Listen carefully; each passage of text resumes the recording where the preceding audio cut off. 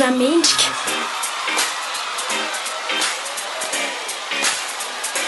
Arahanao isaky ny sabotsy amin'ny folo ora maraina eto amin'ny radio Tenin'ny Fiainana.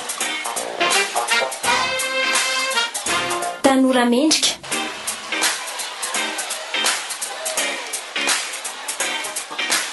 Arahanao isaky ny sabotsy amin'ny folo ora maraina eto amin'ny radio Tenin'ny Fiainana. Fandaharana Tompo Sainila Latiana Rakotondranaivo.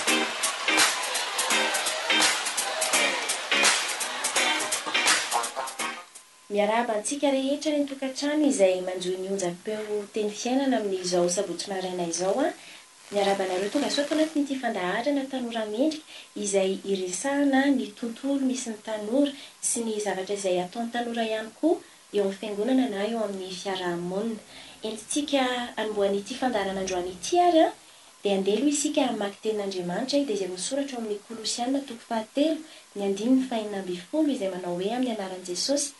Aoka ny tenin'i Kristy hitoetra betsaka ho aminareo amin'ny fahendrena rehetra dia mifampianara ka mifananara amin'ny salamo sy ny firana ary ny tononkira-panahy mihira amin'ny fahasoavana ao am-ponareo an'Andriamanitra. Amen. Toy ny mahazatra dia Lalatina Rakotondranaivo no manolotra anareo ity fandaharana ity a. Ao arindrina kely ao isika dia handray vahiny iresaka amina vahiny anankiray isika ny amin'ny fisiana sehatra anankiray ifaneraserana ny zanaky ny fiangonana Loterana Malagasy. Mialohan'ny tena iresantsika amin'io vahiny io aloha dia andeha anaraka ity hira anankiray ity isika.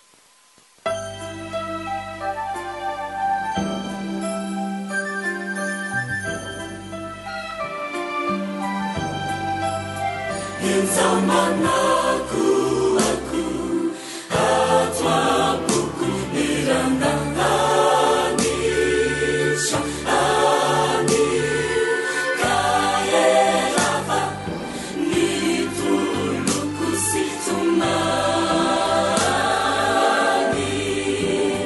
tofema melu velu nefani faliku hacheu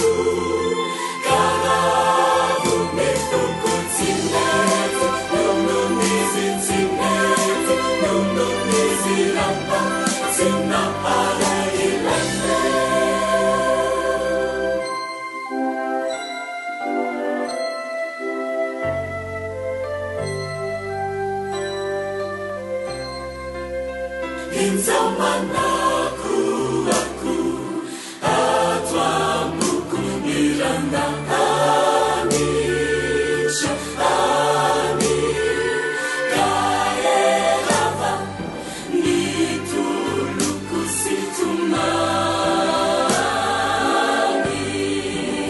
tofema melu velu nefani faliku hacheu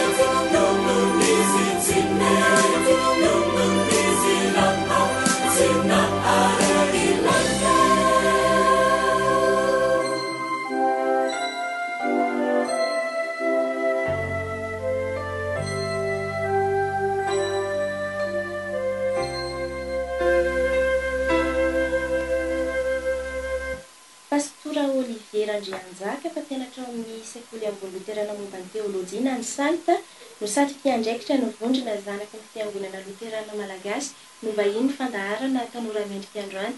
Miarabanao pastora ary misaotra anao nanaiky ny vahiny ao anatin'ity fandaharana ity androany. Miarabanao koa Lalatina ary manolotra fisaorana ho an'ny RTF nanasa eto ary indrindra moa ianao izay mifandray tamiko ary manasa. Dia miaraba ihany koa ireo PN rehetra manerana ny izay rehetra mahazo ny onjam-peo moa zany ary indrindra ireo membre ao amin'ilay vondrona zanaky ny fiangonana Loterana Malagasy. Io vondrona zanaky ny fiangonana Loterana Malagasy io moa ho antsika tiano dia vondrona anankiray izay sokafana ao anatin'ny page Facebook pastora afaka zazavainao tianao atsika ve hoe inona ny tena nahatonga ny fanokafana ny vondrona io? Satria indrindra ny nanokafana n'ilay vondrona moa zany a dia fantatsika tsara fa mihazakazaka ny resaka teknôlôjia amin'izao fotoana izao, ny resaka fifandraisana zany, ary ao anatin'izany ny fitsanganan'ireo karazana réseau social maro isan-karazany, ary ao anatin'ny anankiray izay tena fampiasa betsaka ny Facebook amin'izao fotoana izao. Dia ny nanorona an'ity vondrona ity dia olona hafa fa tsy izaho, fa izaho no lasa mpiandraikitra azy ankehitriny. Ny antony mahatonga an'ilay izy dia mba hisian'ny serasera sy ny fifandraisana amin'ny samby zanaky ny fiangonana zany. Zay angamba raha atao amin'ny teny tsotra sady fo ilay izy, fa manana ny tanjony ihany koa moa ilay izy zany. Ny tanjony dia misy karazany anankiroa. Tanjona voalohany dia ny mba hifaneraserana, hifandraisan'ny zanaky ny FLM. Dia amin'izay fotoana izay zany hisy karazana fifampizarana, fifampitondrana am-bavaka, fifampahirezana, fampianarana, indrindra ny loterana antsika zany, dia ny fampiorenana ny zanaky ny fiangonana. Dia ny faharoa ihany koa dia raha misy olona avy any ivelan'ny fiangonana izay tafiditra ao anatin'ny vondrona dia raisiny an-tanàn-droa. Amin'izay fotoana izay dia manana endrika fitoriana ihany koa amin'ny olona hafa ilay vondrona izany. Rehefa mijery ny zavatra izay voarakitra ao anatin'ny vondrona io pastora, dia ao ny mizara tononkira, ao ihany koa no mametraka fanontaniana be dia be momba ny rafitry ny fiangonana, momba ny fanatanterahana liturjia ao am-piangonana. Ahoana no entin'ny vondrona io mamaly amin'izay reny fanontaniana be dia be ireny? Misaotra anao amin'ilay fanontaniana. Marina tokoa ny voalazanao satria tsy voafetra ny zavatra soratan'ny olona ao zany. Mana endrika maro isan-karazany, misy fizarana, misy ara-tsikera somary mafampana ary indraindray ho an'ny mpitondra ny FLM mihitsy azy angambany. Misy ihany koa olona izay manamora an'izany fifampiresahana zany. Izany no nahatonga anay amin'izao fotoana izao zany nametraka hoe misy ihany koa ny olona mandrindra n'ireny fomba firesahana rehetrarehetra eny. Ny fomba famaliana azy dia malalaka ihany koa amin'ny ankapobeny, satria misy membre maro isan-karazany ao. Mety ho gaga angamba ianao raha ilazako fa ny filohan'ny synodam-paritany Antananarivo dia membre ao anatiny ao, ary misy pastora maro be eran'ny FLM izay mikamba ao anatin'io vondrona io zany. Dia samy mamaly eo daholo zahay rehetra ireo, misy teolôjiana, misy pastora, misy mpiandraikitry ny fiangonana, dia samy mamaly arak'izay ahafahany mamaly an'ilay fanontaniana. Ny endrika mety sehoan'ilay publication moa zany no filazana an'izany, dia mety ho fanontaniana ilay izy, mety ho tsikera ilay izy, mety sosikevitra ilay izy, kanefa tsy maintsy misy ihany, tsy maintsy mitohy amina resaka lavabe foana ilay izy zany. Dia ilaina zany ilay mpandrindra manitsy ary raha sendra miborika na mivoana ilay resaka dia mamerina azy indray zany amin'ilay tena lohahevitra vaovao. Raha vao resaka teolôjia ilay izy na fampianarana soratra masina no fanontaniana, dia matetika aza zareo miantso anay pastora zany hamaly an'ilay izy. Na dia misy ihany koa zany ny membre tsotra ao anatin'ilay vondrona mamaly azy, fa matetika dia izay pastora no antsoiny zareo dia mamaly zay zany arak'izay mba hainay amin'ilay izy. Nafinaritra be rehefa mijery an'io vondrona io koa pastora no mahita hoe mangetaeta ny vavaka tsotra, indrindra ny tanora zany ao anatin'ny fiangonana, ny ahafantatra bebe kokoa ny amin'ny hoe fandehan-draharaha sy ny mombamomba izany hoe mahaloteranina azy izany. Araka ny hevitry pastora hoe inona no azon'io vondrona io entina hanamafisana an'izay fahafantarana izay sy fiantsoana sady ihany koa ny tanora mba handray andraikitra ao anatin'ny sehatry ny fiangonana? Misaotra indrindra, ny zavatra ho ataonay zany izao voalohany indrindra dia mahavondrona loterana azy, dia manomboka izao zany dia hivohy izay ny fampianarana tena loterana, mba ho fantatry ilay tanora ireo zany hoe inona marina moa ny zavatra loterana azy. Satria ny zavatra hita zany dia matetika tsy azon'ny olona ilay izy, heverina fa manehotra anao fotsiny zaza hoe ny loterana moa dia miodidina rehefa manao rakitra, tsy manapakahira mihitsy zay zany mba heverin'olona fa mahaloterana azy kanefa tena diso zay fa ny mahaloterana dia tsy zavatra ivelambelany tahaka an'izay na pratika tahaka an'izay na liturgie fa tena ilay fototra mahaloterana antsika mihitsy arak'izay nampianariny Martin Luther azy ka izay fototra izay zany zao no hiverenanay manomboka zao anomboka amin'izay zay zany hoe izina daholo re teboka ingeza be ara-teolojia zay tena mahaloterana antsika mba tsy ho voafitaka ny olona amin'izay tena mahaloterana azy zay dia miainga avy amin'izay zany no mampianatra azy hoe mahaloterana azy izina amin'izay no toerany ao amin'ny fiangonana sy ao amin'ny fiarahamonina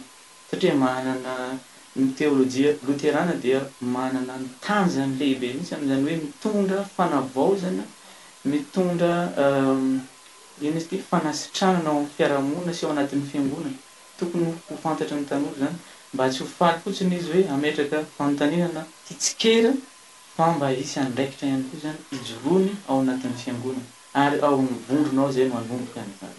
Ianao ve mahatsapa hoe satria zao le resaka eo amin'ny Facebook ohatra no atao fa tsy hoe novoriana ny tanora atao am-piangonana dia tonga pastora nanazava hoe mahaloterana antsika tanora dia zao dia misy intérêt kokoa ve avy amin'ireo tanora ireo noho izay lafy zavatra izay hoe malalaka kokoa ny fifampiresahana mora raisina kokoa satria mahazatra azy le hoe Facebook no andeha hijereny an'izay zavatra izay.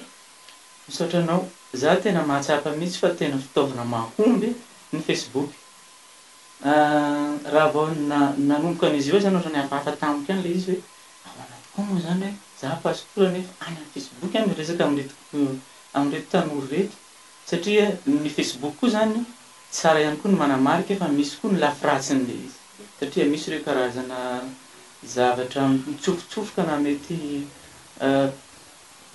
manao piratage zany no filazana zany amin'ny teny frantsay fa ny zavatra hitako anefa dia leo feedback avy any amin'ny tanora mahazo message maro be foana zany isan'andro hoe misaotra pastora amin'ny zavatra nampianarinao tao ohatra zao nampianatra an'ilay mandeha mikasika an'ileo loko liturgique sy le symbole rehetra ao anatin'ny altaran'ny fiangonana loterana malagasy dia niteny zareo hoe misaotra pastora tena mbola tsy haiko mihitsy zany hatramin'izay hay zany ny dikan'ilay izy donc zany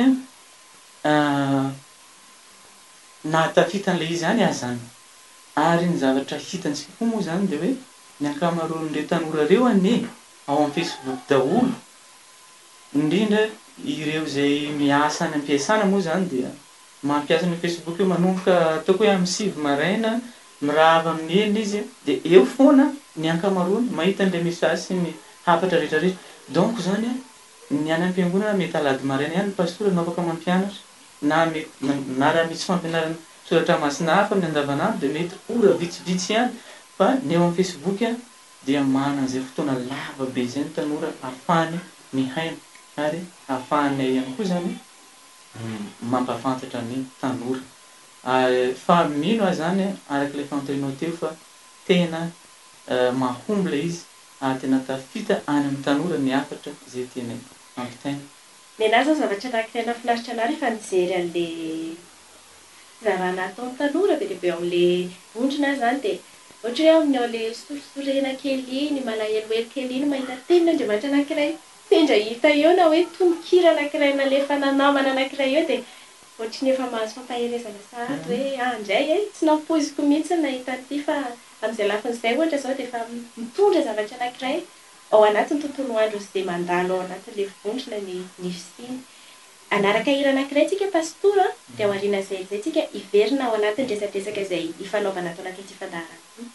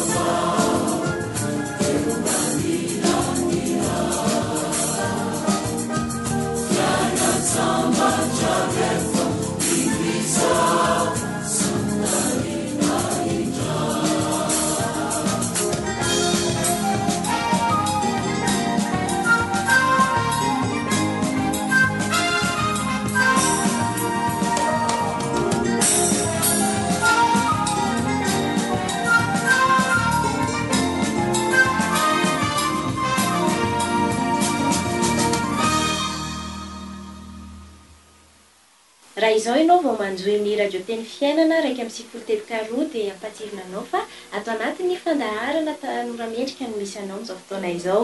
I pastora Olivier Randrinjaka izay mpandrindra ny vondrona zanaky ny fiangonana Luterana Malagasy amin'ny Facebook sady mpampianatra ao amin'ny salta no vahiny ato anatin'ity fandaharana androany ity. Efa noazavaina tamin'ny tapany voalohany teo ny mahakasika io vondrona io ny tanjona izay tiany hotratrarina ary ny serasera izay fanaovandreo mpikambana rehetrarehetra ao anatiny ao. An'ity tapany faharoa ity pastora manitikitika ny saina ihany hoe be ireo teny izay ambara ao anatiny io vondrona io betsaka ireo mandray anjara inona no toin'izay resaka be dehibe fanaovandreo zay.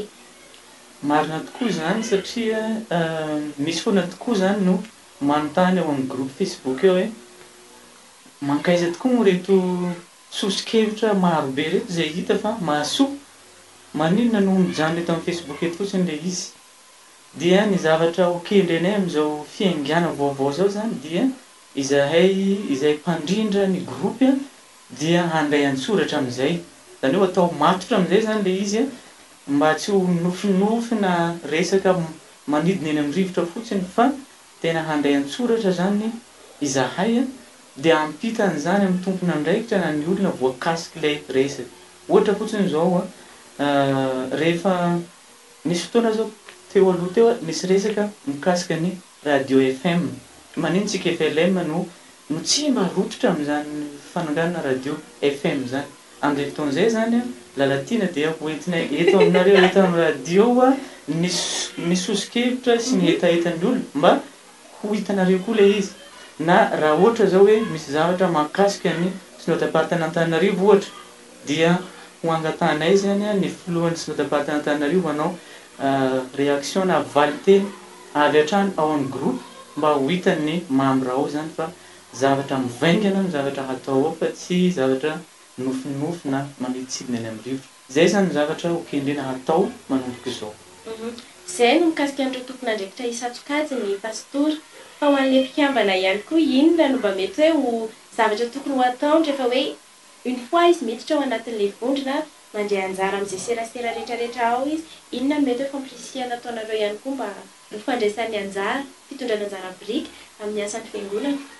Izay lefa milazaiko tary aloha, rehefa fantatry ny olona tsara ny toerana loterana azy dia fantany fa izy dia mpisorona ao anatin'ny fiangonana, tafiditra ao anatin'ilay hoe mpisorona ny mino rehetra, ary matetika miverimberina ao amin'ny groupe ao zany fomba fiteny zany.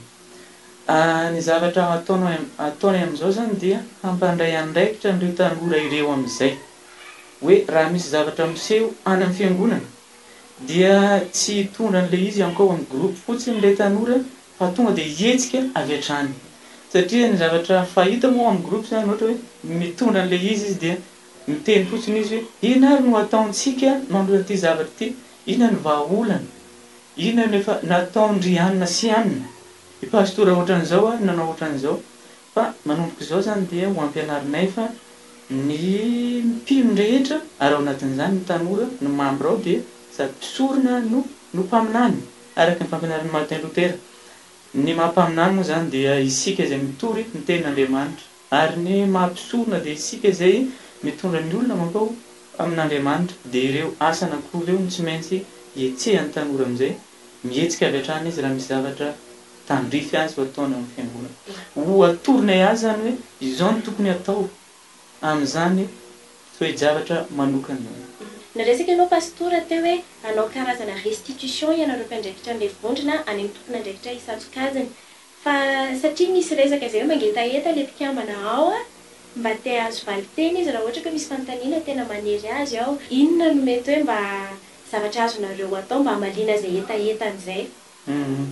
Misaotra indrindra, izay no tiako hanaovana antsoavo eto androany satria ny tenako moa zany miasa manana ny asa aman'andraikitra dia indraindray tsy maharaka an'ilay fanontanianao, dia matetika saiky izaho rery zany tena mba mandray anjara aminay pastora, nefa misy pastora marobe, misy teolojiana marobe, mpianatra teolojia, mpiandry marobe ao anatin'ny groupe io, kanefa matetika dia somary tsy dia hita loatra zany ry zareo dia manao antsoavo atoko misehoy ianareo pastora sy teolojiana sy tompon'andraikitra rehetra mba metenena amin'ireo tanorantsika ireo valio ny fanontaniana ary mba atao izay hahafa-po azy satria anjarantsika ihany koa, anjaran-draikitra fanompoantsika ihany koa izany. Vao fotoana vitsy ihany pastora zany zay nisin'ity vondrony ity, tsy haiko roa sa telo taona zay no nisiny. Inona mba nofinofiny pastora satria ianao zao mpiandraikitra hoe afaka fotoana elaelany dia inona mba ho tena ho tanteraka raha momba n'io vondrona zanaka fiangonana Luterana Malagasy io? Ny mba nofinofiko izao zany dia hitombo marobe ny mpikambana aloha, izay aloha ny voalohany indrindra dia hisy rafitra matipaika hifampizarana ny tenin'Andriamanitra, ary angamba tsy hijany eo amin'ny ara-panahy fotsiny ilay izy fa mety hiompana maha-olona manontolo mihitsy, ohatra hoe hisy olona mpanao formation kely, ohatra resaka informatika zany hoe lasa hoe centre kely anankiray zany ho an'ny tanora mihitsy zany ilay groupe, ary indrindrandrindra ihany koa angamba ataoko fa tsy diso raha ohatra ka mba hisy fihaonana ihany koa ireo membre ireo ndray andro any amin'ny toerana anankiray dia ho tonga daholo izay rehetra pastora rehetra ao anatiny hifankahita tapa, hifampahery ary hifanohana amin'ny asa atao. Fanontaniana farany raha mpikambana ao anatina fiangonana Luterana Malagasy aho zao maniry niditra ao anatin'ny vondrona io, ahoana ny lalana ahafahako ho tafiditra ao? Mora kely sady tsotra kely mihitsy. Raha vao manoratra eo amin'ilay fanaovana recherche ao amin'ny Facebook ianao hoe ny zanaky ny fiangonana Luterana Malagasy dia cliquenao io zany dia manao fangatana hihiditra ho membre ianao, dia ho ampidina minitra vitsy fotsiny aorian'izay dia tafiditra avy hatrany ianao. Misaotra indrindra pastora amin'izay fanazavana izay. Mino aho fa maro isika izay narety ifandarana androany ity no mba maniry ny ahitany vaovao sy ny serasera rehetra izay omena ao anatiny io vondron'ny zanaky ny fiangonana loterana malagasy io. Mankasitraka anao pastora nanaiky ny vahiny tato anatin'ny fandaharana tanora mendrika androany. Misaotra anareo tompoko nanasa ary mangataka amin'Andriamanitra isika mba hiroborobo ny asa sy ny fifampizarana sy ny fampianarana ao anatin'ny vondrona dia manao veloma ny mpiainontsika rehetra indrindra ireo zanaky ny fiangonana loterana malagasy ao amin'ny groupe Facebook. Afaka minitra visite iona ao amin'ny groupe isika. Misaotra indrindra.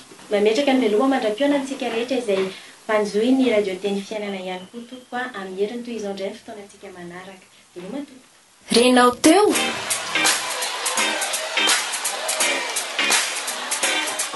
tanora mendrika miarahana tamin'ny lalatina Rakotondranaivo. Azonao alefa amin'ny adresy mailaka tanora mendrika teboka rtf@gmail.com afantaninao na alefanao SMS amin'ny laharana 033 56 019 12 amin'ny code TML.